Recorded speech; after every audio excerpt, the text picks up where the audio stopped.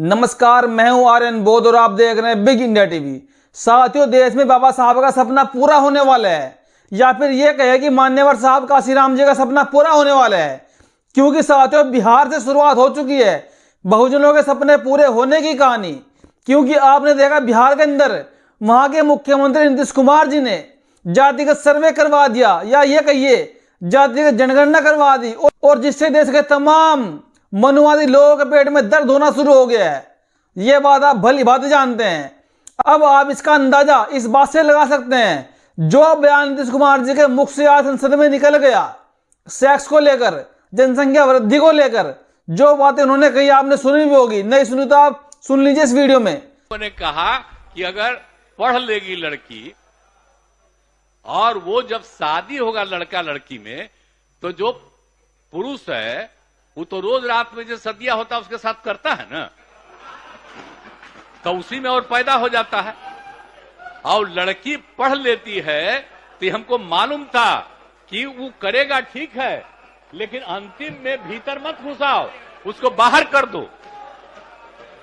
करता तो है, तो उसी में आप समझ लीजिए संख्या घट। साथियों, आपने देखा इस वीडियो में, और साथियों इस एक बयान को लेकर हमारे देश का गोदी मीडिया इतना भोकाल बना रहा है, नीतीश कुमार जी की इतनी बेइज्जती कर रहा है कि आप सोच भी नहीं सकते। आप कोई भी चैनल खोल के देख लीजिएगा, नीतीश कुमार जी ने जो कार्य कर चुके हैं नीतीश कुमार जी बिहार के अंदर, ये दर्द साथियों मनुवादी लोगों के पेट में इनके कामों से हो रहा है, और आज इनको बदनाम करने का पूरा काम किया जा रहा है।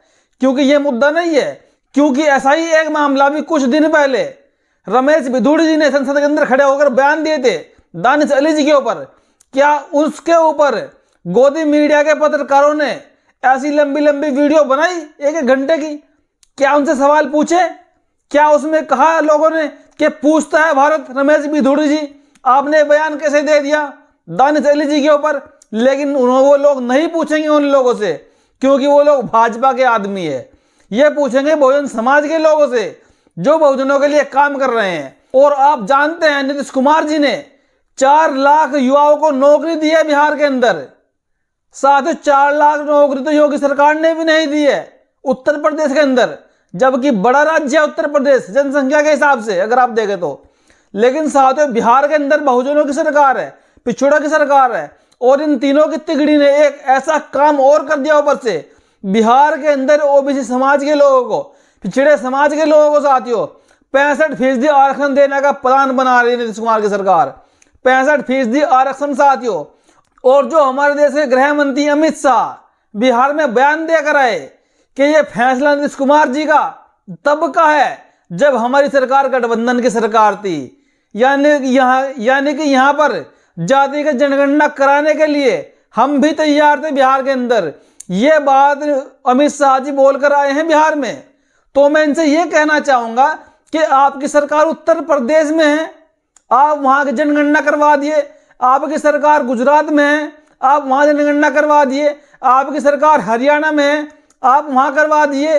और आपकी सरकार पूरे देश में है, सेंटर में है, आप वहां जनगणना करवा दिए। वहां जनगणना क्यों नहीं करवा रहे हैं आप जो इसका क्रेडिट लेना चाह रहे हैं बिहार के अंदर, जो काम नीतीश कुमार जी ने करके दिखा दिया पूरे देश में।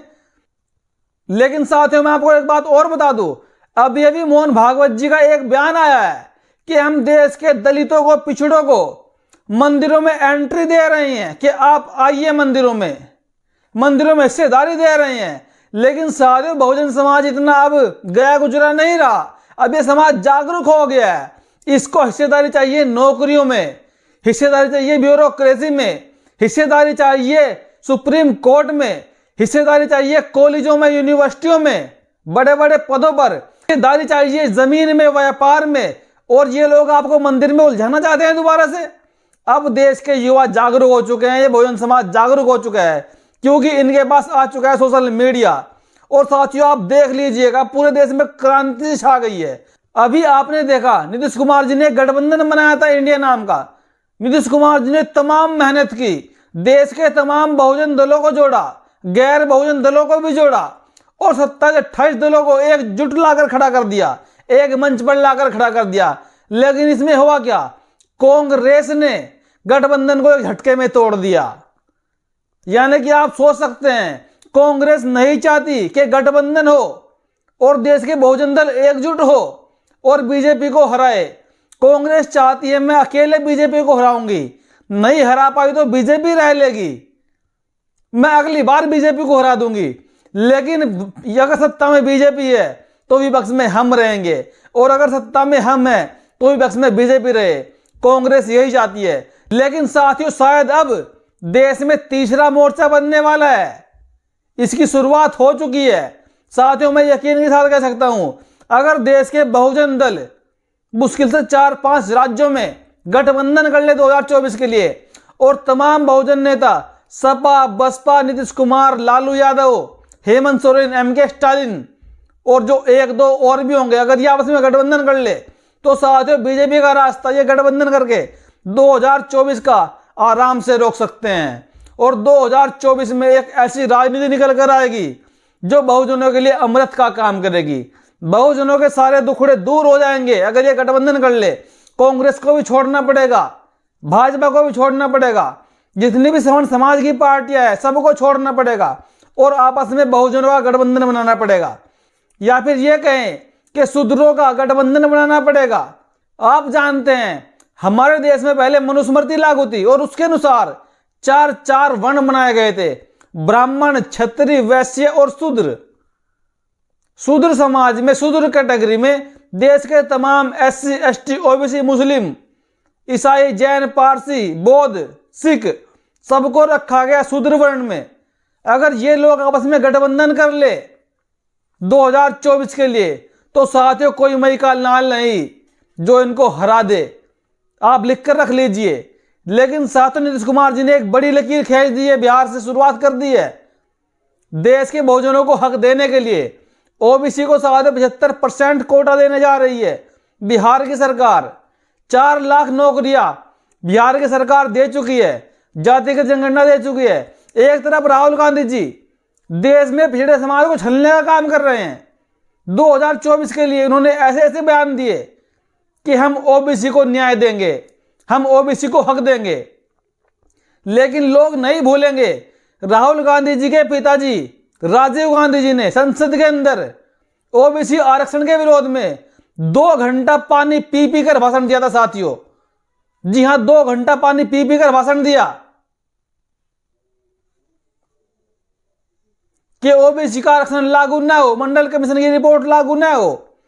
और साथियों इनकी दादी इंदिरा गांधी जब तक प्रधानमंत्री रही देश की, उन्होंने भी देश में OBC का आरक्षण लागू होने नहीं दिया।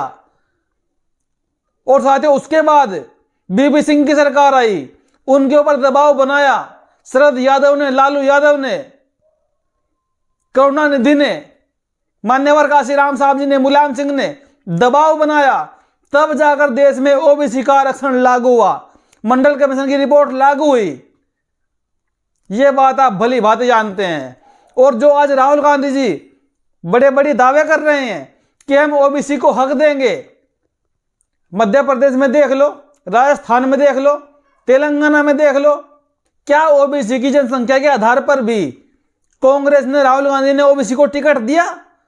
जब वो टिकट देने में ही आनाकानी करते हैं, वो नहीं चाहते आप चुनाव जीत कर आए, आप संसद में जाए, राज्यसभा में आप लोग जाएं, तो वो आपको हक कैसे देंगे? आप सोच कर देखिए, जो लोग आपको चपरासी नहीं बनने देते वो आपको मुख्यमंत्री बनने देंगे? वो आपको केंद्रीय सत्ता में बिठाएंगे? कभी नहीं बिठाएंगे। क्योंकि जो नेता कांग्रेस के हैं बड़े बड़े, जो बीजेपी के नेता हैं, ये सारे एक ही थाली के चट्टे बट्टे हैं। जहां पर कमजोर होती है कांग्रेस, वहां के नेता कांग्रेस के छोड़ छोड़कर बीजेपी में जाते हैं, सवर्ण समाज के सारे नेता। और जो बीजेपी के नेता है, जहां बीजेपी कमजोर होती है, वो छोड़कर कांग्रेस में चले जाते हैं। यानी कि चाहे कांग्रेस रहे चाहे बीजेपी रहे, राज उनका ही रहेगा। आप जानते हैं पूरे देश में क्या हालत है बीजेपी की? जो देश के सवर्ण समाज के लोग हैं वो साथियों पूरे के पूरे 100% पूरा का पूरा वोट बीजेपी को करते हैं, वो कांग्रेस को भी नहीं करते। कांग्रेस के पास मात्र 2% वोट है सवर्णों का। देश के सारे सवर्ण बीजेपी को वोट करते हैं क्योंकि वो उनके हक अधिकार को बचाती है। और अगर देश के बहुजन समाज के लोग भी जो पार्टी जो उनसे राज्य में मजबूत है बहुजन समाज की, अगर उसको चुन ले, उत्तर प्रदेश की बात करें तो सपा बसपा को चुन ले, बिहार की बात करें तो नीतीश कुमार को, लालू यादव को चुन ले, एमके स्टालिन को चुन ले तमिलनाडु में, झारखंड में हेमंत सोरेन को चुन ले, तो साथियों ये दल आपस में मिलकर भी कांग्रेस और बीजेपी को आराम से भगा सकते हैं और देश में अपनी सरकार ला सकते हैं। साथियों आपको बताऊं, जो इंडिया अलायंस है इसमें एक बात और भी हो सकती है। अभी आपने देखा अखिलेश यादव और राहुल गांधी जी के बीच, अभी आपने देखा अखिलेश यादव और कांग्रेस के बीच जमकर साथियों वोट चला, जुबानी वोट चला। एक दूसरे की पार्टी ने इन पर बयानबाजी की और अखिलेश यादव तो साफ साफ कह रहे हैं कि कांग्रेस को वोट मत देना आप लोग। शायद साथियों कांग्रेस के मन में एक बात और भी हो सकती है, शायद राहुल गांधी और सोनिया गांधी सोच रहे हो कि हमको 2024 के लिए उत्तर प्रदेश से सपा की इतनी जरूरत नहीं है जितनी जरूरत साथियों बहन कुमारी मायावती जी की है, क्योंकि मायावती जी के पास एक राष्ट्रीय पार्टी है, उनका वोट देश के तमाम राज्यों में है। मायावती जी का वोट पंजाब में है, राजस्थान में, उत्तर प्रदेश में, बिहार में, राजस्थान में, मध्य प्रदेश में, तेलंगाना में, छत्तीसगढ़ में, गुजरात में, कहां कहां बसपा का वोट नहीं है।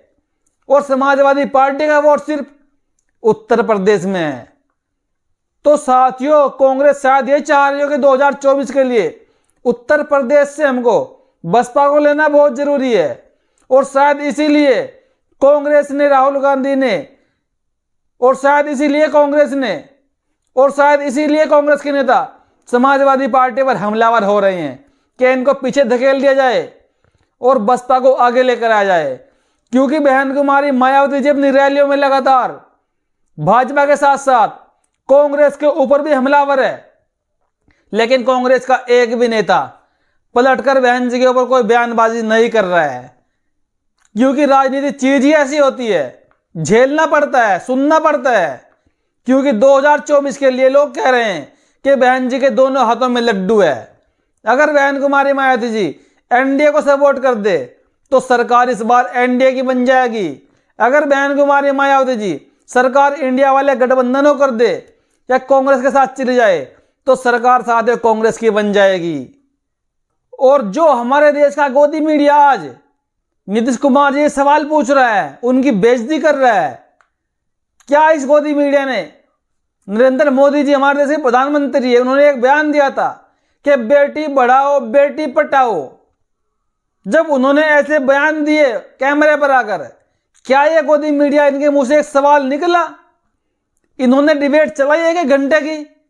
नहीं चलाई साथियों, क्योंकि गोदी मीडिया सिर्फ देश के बहुजन नेताओं को बदनाम करने का काम करता है और देश के जो सवर्ण समाज के नेता है, जो सवर्ण समाज की पार्टी है, इनको ऊपर उठाने का काम करते हैं। और गोदी मीडिया ने एक लहर खड़ी कर दी नीतीश कुमार जी के खिलाफ, लेकिन साथियों उन पर से कोई फर्क नहीं पड़ रहा है, क्योंकि वो पहले ही माफी मांग चुके हैं संसद के अंदर ही कि मैं अपने बातों को वापस लेता हूं।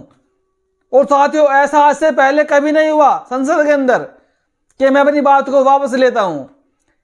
नीतीश कुमार जी साथियों बहुत ही होशियार नेता है, उनके पास ज्यादा जनगणना करवाने का अधिकार नहीं था, कहीं पर भी अधिकार नहीं था। उन्होंने बड़ी चालाकी से जातिगत सर्वे के नाम पे, जी हाँ साथियों, सर्वे के नाम पे जातिगत जनगणना करवा डाली, जिससे बीजेपी के पेट में दर्द हो गया, पूरे देश के सवर्ण समाज के पत्रकारों के पेट में दर्द हो गया।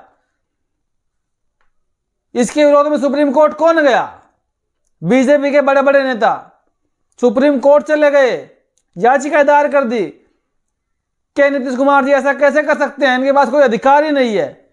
लेकिन बड़ी चालाकी से तेजस्वी यादव, लालू यादव, नीतीश कुमार जी ने जनगणना वहां पर करवाई, आंकड़े जारी कर दिए, और जिस मंडल कमीशन की रिपोर्ट में ओबीसी को 52% दिखाया गया था, आज साथियों ओबीसी की जनसंख्या 63% हो गई। और शायद इसी के आधार पर पूरे देश में आप अंदाजा लगा सकते हैं ओबीसी की जनसंख्या का। और ओबीसी को बिहार के अंदर नीतीश कुमार जी साथियों 65% आरक्षण देने का प्रावधान ला रहे हैं। और शायद इस पे बहुत बड़ा बवाल होने वाला है, आप लिख कर रख लीजिए। लेकिन नीतीश कुमार इसको लागू करके रहेंगे और 2024 के लिए एक नया गठबंधन तैयार होने वाला है, जिसमें से कांग्रेस बाहर रहेगी और देश के बहुजन समाज के नेता एक मंच पर आएंगे और 2024 की सत्ता बहुत करीब है बहुजनों के लिए।